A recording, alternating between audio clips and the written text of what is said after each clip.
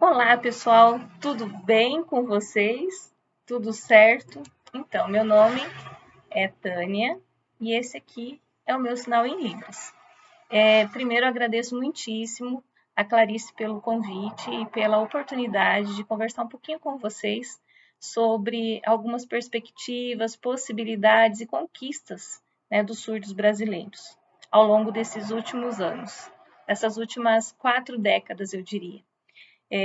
Eu sou, como eu disse, meu nome é Tânia, sou professora de Libras aqui na UniOeste, no campus de Toledo, e trabalho com surdos, crianças, adolescentes, adultos há praticamente 30 anos, né? Então, esse ano, há 30 anos, estou envolvida nessa área e é uma alegria poder conversar um pouco sobre essa temática, porque há 30 anos nós não tínhamos nenhuma possibilidade, nenhuma perspectiva com relação a tudo isso que nós estamos vendo hoje. Então, assim, é uma alegria para mim muito grande poder olhar para trás e ver toda a evolução e conquistas, né, que vem acontecendo no decorrer desses anos. Seja com o reconhecimento da língua de sinais, né, da Libras, seja como reconhecimento dessa pessoa, do sujeito surdo, de todas as possibilidades de comunicação, mesmo que não seja, né, aqui pelo canal de boca, né, pela fala oral, mas aqui pela fala em sinais, né, porque o surdo, diferente de nós que não somos surdos, eles recebem, né, a comunicação é recebida pelos olhos, né, e produzida pelas mãos, enquanto para nós, a nossa comunicação, nós recebemos via auditiva e produzimos via oral. Então, essa é a única diferença que existe entre um sujeito surdo e um sujeito não surdo. Então, as possibilidades de aprendizagem, de aquisição de conhecimento, de trabalho, de tudo que é possível para ele é possível, assim como é possível para nós. Então, depende também das oportunidades que é dada e do reconhecimento que é dado a essa pessoa, a ele como sujeito, e não como, vamos dizer assim, como uma orelha que não funciona. Porque, infelizmente, ainda na nossa sociedade, nós temos um grande número de pessoas, né, que olha para as pessoas surdas, para as crianças surdas, apenas como uma orelha que não funciona e que isso coloca barreira em toda a sua vida, mas não, né? Diferente do que a maioria pensa, nós temos muitos mitos que rondam essas questões sobre essas possibilidades, sobre a compreensão cognitiva, né, desde a criança surda até os adultos. Então, eles são colocados em todo um processo, em um contexto histórico que vem de longa data, sempre fazendo aquilo que nós não surdos, né, os chamados ouvintes, acreditam ser melhor para eles. Então, hoje é muito importante essa conversa, porque nós vamos poder olhar um pouquinho desse meio de recepção diferente de informações e todas as possibilidades, né, que nós temos na nossa sociedade, seja no âmbito acadêmico, né, educacional, seja no âmbito social, saúde, em qualquer lugar nós podemos ter esses profissionais, encontrar profissionais, ou nós, enquanto profissionais, recebermos clientes que são surdos, porque, acima de tudo, eles são cidadãos, assim como qualquer um de nós. Eles são trabalhadores, têm famílias, né? Trabalham, pagam seus impostos, assim como qualquer pessoa aqui nessa sociedade em que nós vivemos. Então, todas essas possibilidades que eles encontram em sua vida, encontram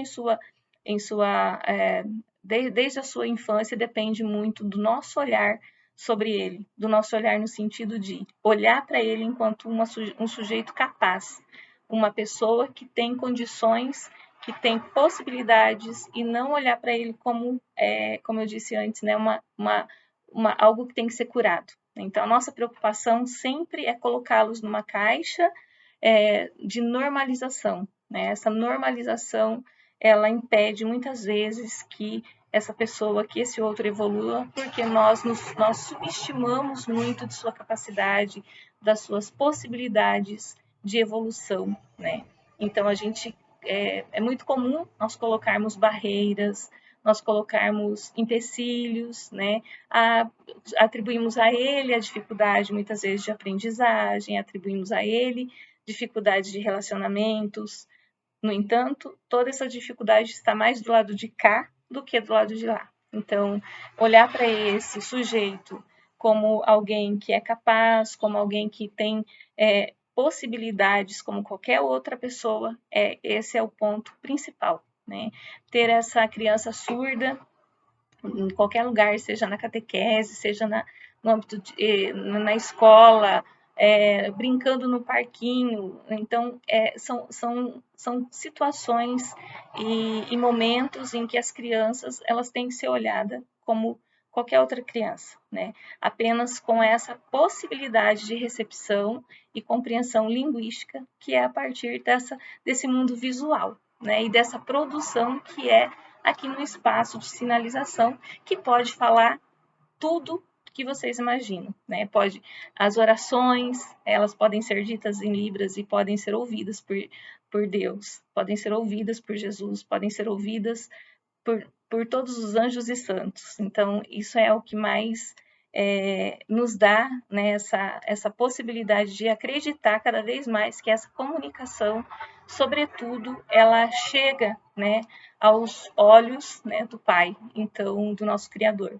E olhar para esse sujeito não como um sujeito clínico que precisa de ser curado, é muito mais, muito importante no sentido de colocar nele essa condição e dar para ele todas as oportunidades, né, possíveis. Então, nós temos no Brasil algumas limitações, né, em termos de, o surdo pode dirigir, por exemplo? Pode, eles têm habilitação. No entanto, tem algumas limitações que são impostas a eles. Isso aqui no Brasil, não fora, né? Fora do país, né? Fora daqui, os surdos eles podem dirigir caminhão, dirigir vans, né? Ter uma remuneração a partir desse meio, né, de trabalho, enquanto aqui no nosso país ainda não.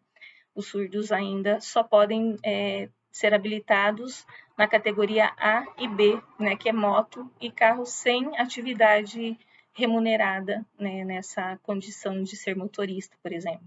Então, é uma limitação que se coloca nesse sujeito, mas não que é uma limitação dele, pelo contrário, a percepção dele de um carro em funcionamento é muito maior do que nós, enquanto ouvintes, que está lá muitas vezes com o som ligado, se distraindo com o celular, né, com barulhos e não percebe muitas vezes um problema que o carro está dando. E o surdo não, ele tem uma sensibilidade de percepção, né, em toda a sua parte do corpo e as vibrações, por mínimas que sejam, eles conseguem perceber. Então, essa compensação que existe, né, na sua condição física é muito maior do que a nossa, né, que nós mascaramos tudo isso. Então, eu gostaria de deixar, né, uma mensagem no sentido de que existem muitas personalidades, né, no Brasil, né, que são pessoas que são surdas, nasceram surdas ou foram ensurdecidas, né? Nós temos vários professores, né? Nós temos vários atores, né? Nós temos músicos, né? No caso do Beethoven, que é um dos mais conhecidos, que ficou ensurdecido e produziu a sua Quinta Sinfonia, né? Com grande propriedade, que é ouvida até hoje, né? E discutida. Então, nós temos várias possibilidades. O que a gente precisa é acreditar, né? Nessas possibilidades e nessa condição que ele tem de receber, né, seja a palavra de Deus ou seja qualquer outra forma de comunicação que ele tem, né, por meio dos seus olhos e do seu sentimento. Então, poder ministrar qualquer forma de qualquer informação, qualquer mensagem por meio da Libras ou por meio de imagens ou por meio, sabe, de minimizar e estreitar essa relação entre essa pessoa, essa criança surda, esses adultos surdos, é algo assim que nos deixa muito mais felizes, porque a gente está dando para ele a condição de realmente ser uma pessoa, ser um sujeito, ser um cidadão como qualquer outro aqui, né, nessa nossa comunidade, na sociedade e no Brasil como um todo.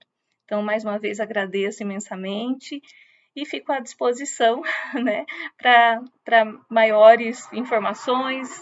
Sempre estou na universidade e também nós temos o padre Wilson, o sinal dele é esse, o padre Wilson é de Curitiba e ele é um padre surdo, né, ele nasceu surdo e ele é o nosso padre, assim, de referência, né, nessa área. Ele ministra casamentos, tem as missas na paróquia em Curitiba, então é muito interessante vê-lo, né, em toda a sua condição de fé, toda a